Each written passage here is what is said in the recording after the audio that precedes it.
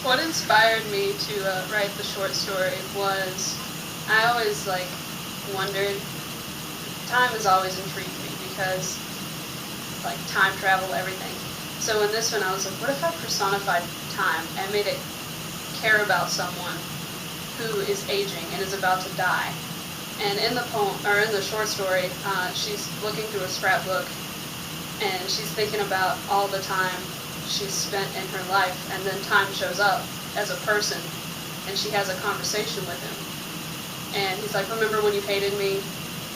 Because everyone eventually, or at some point in their life, thinks, oh, I don't want to die, and they fear death and time because they can't stop it.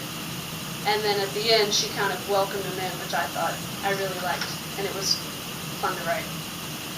A really difficult thing was personifying time in the way I really wanted to, because I wanted it to seem like he was a person that cared about the individual.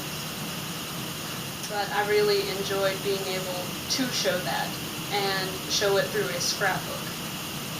And when I turned it in, I was a little bit worried that I put too much dialogue in there, because there are passages where it's just mostly dialogue and it doesn't really explain who's saying what.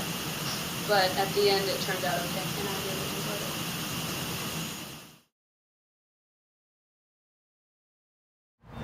So for my good vibes drawing, my inspiration was to incorporate all three of my themes, which are universe, drawing realistic people, and my design. And the design coming out of her head is supposed to represent her good vibes, and that's why I named it Good Vibes. And that's why I also put flowers growing out of the design, and that's supposed to represent positive vibes too. And the most difficult part about it was I had it all planned out differently, but oil paint and oil paint thinner spilled on it, and I had to kind of change things around and make it cover up the colors and things. So I'm pretty happy with the way it turned out. I just had to change some things.